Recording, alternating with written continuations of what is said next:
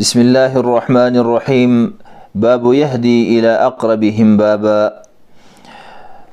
دا 50 نمبر باب دی د ابواب صحیحونه په دې کتاب کې، او دا باب هم د گاونډي د حقوقو په باره کې دی. د یو څو بابونه به نورم ذکر کوي، د گاونډي مختلف حقوق هغه بیانوي. اولی وصیت د نبی صلی الله علیه وسلم د جبرئیل علیه السلام بیان ک د گاونډي په باره کې، به حق بیان ک چې حق د گاونډي، به ورپسې شروع به د گاونډي نه کې، نه بدای چې د بل کلی نه به شروع کې. بیا یې وس ذکر کوي گاونډیان خو ستا ډېر دي، کم گاونډي نه به اول شروع کې. نو اوس به په دې باب کې فرمایي باب یهدي، هدیه به ورکولی، باب دی په باره دې کې چې هدیه به ورکولی شي الی اقربهم، هغه نږدې د دې ګاونډیانو نه، بابن په باب کې په دروازه کې. وروسته هم نور حقوق ذکر کوي، ډېر ناشنا حقوق، هغه حقوق چې موږ د هغې نه غافله یي. کله چې امام بخاري رحمه الله په یو مسله کې ډېر بابونه ذکر کوي، پوه شه مسله ډېره خطرې ده، ډېر اهمیت لري، ډېر اهتمام کول پکار دي. نو دا مسله همداسې ده. امام بخاري رحمه الله چې یو میزه لري او خصوصیت هغه په بابونو کې، اوس نور هم داسې ډېر کتابونه شته دي، دا ټول احادیث په یو باب کې راجمع کړي، یو بل پسې لیکلي نه. امام بخاري رحمه الله په هر حدیث باندې چې مستقله فائده پکې وي او یو مستقلې مسلې ته پکې اشاره وي، باب لګوي. نو اوس کم ګاونډي ته سړی ول هدیه ورکړي، ستا خو ډېر ګاونډیان دي، نو دا باب ذکر کوي. عن عائشة، دا 8 نمبر حدیث دی. عائشة رضی الله عنها فرمایي قلت ما ویل یا رسول الله صلی الله علیه وسلم ان لی جارین، یقینا زما دوه ګاونډیان دي، فإلی ایهما، زه کم یو د دې دواړو نه اهدي، زه ورته هدیه ورکم. قال نبی صلی الله علیه وسلم، د الله پیغمبر فرمایل الی اقربهما منک بابا، الی اقربهما، هغه نږدې د دې دواړو نه منک تا ته بابن په دروازه کې.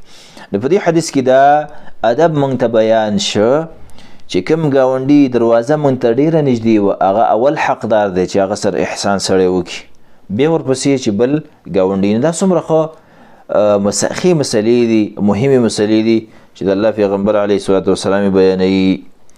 ځکه چې کوم نږدې دروازې والا دی، دا دې پرېښې او بل سره تعامل ښه کې، قیمت کې به دا ستا ګریوان ته لاس اچوي. وروسته بابونه را روان دي په دې باب کې، او حدیث را روان دي چې ګاونډي په قیامت کې د تا نه بیا څه غواړي. نو دا ډېرې درنې مسلې دي عزتمندو، په وړه سترګه ورته مه ګورئ.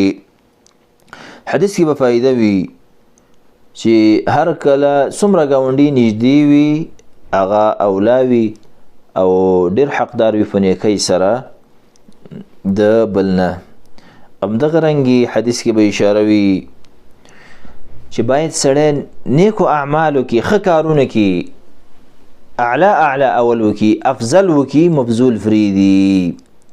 لکه اوس ګورل ته دواړه ګاونډیان دي، د دواړو سره ته احسان کوه، دا به کې، لیکن اوس د اولنی ګاونډي چې کوم تا ته نږدې دی او بیا د دروازې نږدې دی، بیا ورپسې بل دی، د اولني سره احسان کول په تا باندې دا ډېر ثواب لري په نسبت د دې باندې. نو ته شروع د اعلا نه وکړه چې کم ډېر ثواب لري، په هغې باندې شروع وکړه. دا په هر یو عمل کې، دا یو مثال شو، هر یو عمل چې ډېر ثواب یو کار لري هغه باندې اول شروع وکړه. دا وکې بله فایده شي په دې حدیث کې. همدغه رنګې حدیث کې نور هم ډېرې زیاتې فایدې دي. یو فایده پکې دا هم ده چې څومره نږدې وي په دې کې ستا هغه نفع هم زر رسېږي، خیر زر رسېږي. مسلمان به صفت دا وي فاستبقوا الخیرات، نیکۍ ته به منډه وایي، جلتي به کوي. نه کوم چې نږدې دروازې والا دی، ته چې دې له ځې په نسبت د دې باندې د دې ته زر رسېږي، دې ته به یو څو منټه بعد رسېږي. نه حرص په نیک اعمالو باندې وکړه، ولو که یو منټ فرق هم پکې وي، دا پکې فایده ده. او بل دا دی چې په دې کې وخت هم درته فایده کېږي، دا پکې بله فایده ده. باب الادنى فالادنى من الجیران، دا یو 50 نمبر حدیث دی. باب دی عبارت د نږدې کې او فالادنى او به هغې پسې نږدې من الجیران د ګاونډیتوب نه، ګاونډیانو نه. دلته په دې باب کې حدیث نه دی، د حسن خبره نقل کوي حسن بصري رحمه الله نجد لوی تابعی دی. دا هم د فائدې لپاره امام بخاري حتی په صحیح البخاري فاغه کې مداسي کوي آثار به نقل کوي او کله به د تابعینو نه اقوال نقل کوي. د نبی صلی الله علیه وسلم حدیث خو بیان شو چې نږدې گاونډي ته به اول سره دغه ور کوي. دلته د حسن بصري رحمه الله خبره نقل کوي چې دا گاونډیان څومره پورې اندازه لري. عن الحسن حسن بصري رحمه الله چې دا لوی جلیل القدر تابعی تیر شوی دی، امام فی الزهد والورع فالتقوى او په زهد کې او په پرهیزګارۍ کې یو لوی امام تیر شوی دی او د بصری د لوی فقهاو څخه د او په خپل زمانه کې یو سید په عمل او په علم کې حتی چې ډیرو صحابه بدلینه تفوسونه کول. تقریبا دا په یوسل لسمه هجری سنه کې وفات شوی دی. دا فرمایي سئل عن الجار دنه د گاونډي په باره کې تفوس وشونه دا ویل 40 دارا امامه گاونډیان ستا کوم ځای پورې د گاونډي حقوق دي 40 دارا امامه ستا د کور مخې ته سلويخ کورونه دا ستا گاونډین دي و40 خلفه او سلويخ کورونه ستا د کور نشاته و40 عن يمينه او سلويخ دی خي طرف ته و40 عن يساره او سلويخ دی چپ طرف ته. المهم ستا د کور نه مخې ته او شاته او خي طرف او ګس طرف او چپ طرف ته سلويخ کورونه چې دي دا ټول ستا په گاونډینو کې راځي.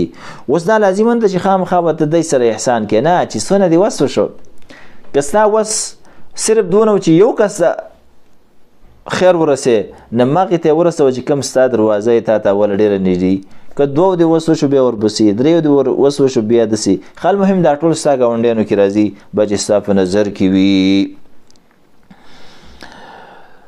نو په دې دغه کې به اشاره وي چې د سلفو په نسبت باندې د ګاونډیانو حقوق او اندازه دومره زیاته وه. زمون په نسبت باندې ډیره کمه گاونډي هغه چې بیخي دیوالې را سره لګیږي هغه هم که موږ سره ښېګړه وکړو. باب من اغلق الباب على الجار دا 250 نمبر باب دی. په دې کې بله مسله ذکر کوي امام بخاري رحمه الله هغه دا ده چې گاونډي نه به دروازه نه بندې چې یو څه دنه غواړي ودرېږي ورد د ټکوي او ته پې ځان غلی کړي چې مه وروځه. باب د عبارت من دا هغه چا کې اغلق الباب چې بندې که دروازه علی الجاري په ګاونډي باندې. دې دا مطلب نه چې دروازې ګاونډي ته به ستا دروازه کولا وي نه به بندې نه مقصد دا ده چې ور یې کله ټکوو نو ډایرکټ به ورځي هغه چې کله د سړي ضرورت وي مصروفیت وي سړی نشي ورتلی ماشوم ته وایي چې ورشي یا کور کې نشته دا دی او دا دی لیکن په کور کې او ته نه کولاوي یا زنانه ده ګاونډی دی ده ور کولاوي ښه پوهېږي د کور زنانه چې دا زما ګاونډی ده او زنانه ورته نه کولاوي.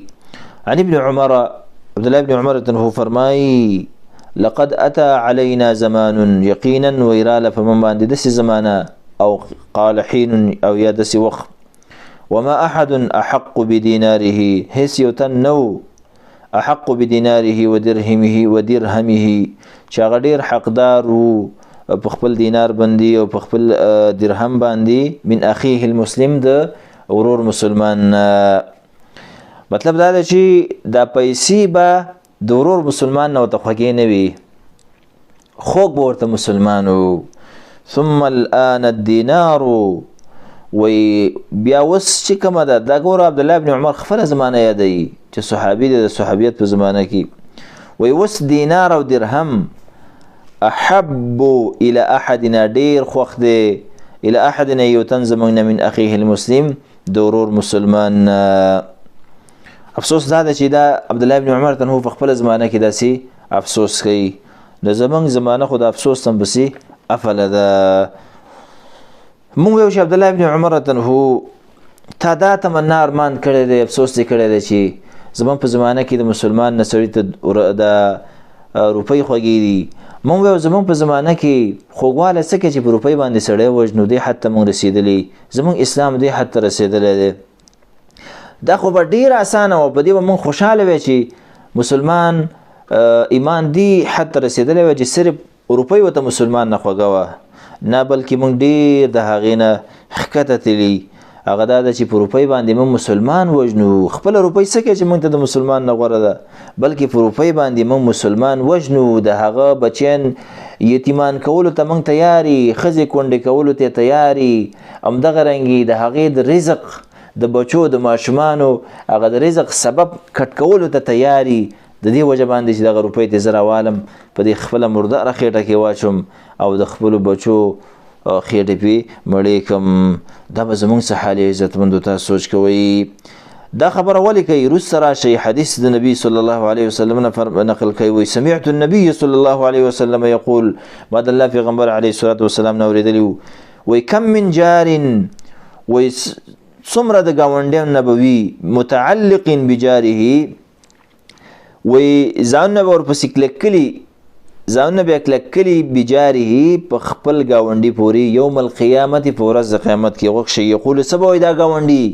یا رب ای رب زما، هذا اغلق بابه دونی، دا هغه کسو چې د دروازه په ما باندې بنده کړې وه، ما به ورته ټکوله، زما به ضرورت و، د به دروازه بنده کړه. فمنع معروفه، د ما نه منع کړي خپل خیر. یعنې داسې هم نه و چې ما پکې ګوتې اچلې وې چې ما څه تا سره یې هغه راکړه، نه، کوم څه چې تا نه اضافه شی دی دا راکړه. ماچس دبلی به یې ترې غوښتلی، لږ چیني راکړه ختمه شوې ده، مالګه به یې ترې غوښتلی، داسې بل شی به یې ترې غوښتلی، دا راکړه دا راکړه، بس دا یې رانه منع کړي دي. عزتمند تاسو سوچ کوئ دا مشکلات نن سبا څونه ډېر زیات دي. قیامت پر ورځ دا ګاونډي دې رانیسي.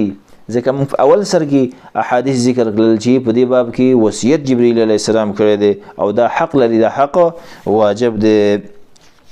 حدیث کې به اشاره وي یو خو د صحابه او اخوت او ملګر دغه ته مینې محبت ته چې یو بل سره دونه محبت و چې روپۍ څه مسلمان به هغې ته دغه قدردان و. همدغه رنګې حدیث کې به اشاره وي چې باید چې موږ د ګاونډي په حقوقو باندې په وړه سترګه ورته کمه سترګه ورته ونه ګورو. په قیامت کې تپوس کېږي دا ګاونډي به دې د سټ او د مرۍ نه نیسي. همدغه رنګې حدیث کې به اشاره وي چې قیامت کې به ګاونډي شکایت کوي الله ته په تا باندې. همدغه رنګې حدیث کې به اشاره وي چې کله چې په عالم کې تغییرات راځي، مسلمانانو حالات بدلیږي را بدلیږي، په دې کې هغه سلبیات زیاتیږي، مشکلات زیاتیږي. په هغه وخت کې لږ تغییر راغلی او څونه مشکلات و. دا چې زموږ په زمانه کې تغییر ښه ډېر راغلی دی. په روپۍ باندې موږ مسلمان ورور وژنو. د مسلمانانو حالاتونو ته وګوره، ذلتونو ته وګوره، مشکلات زندګۍ سختۍ ته وګوره، څنګه سخته زندګي ده د مسلمانانو. نو دا وجه هم دا ده چې دغه مشکلات دي په موږ او تاسو کې. الله جل جلاله دې دا مشکلات زموږ نه وباسي. هذا وبالله تعالى التوفيق والله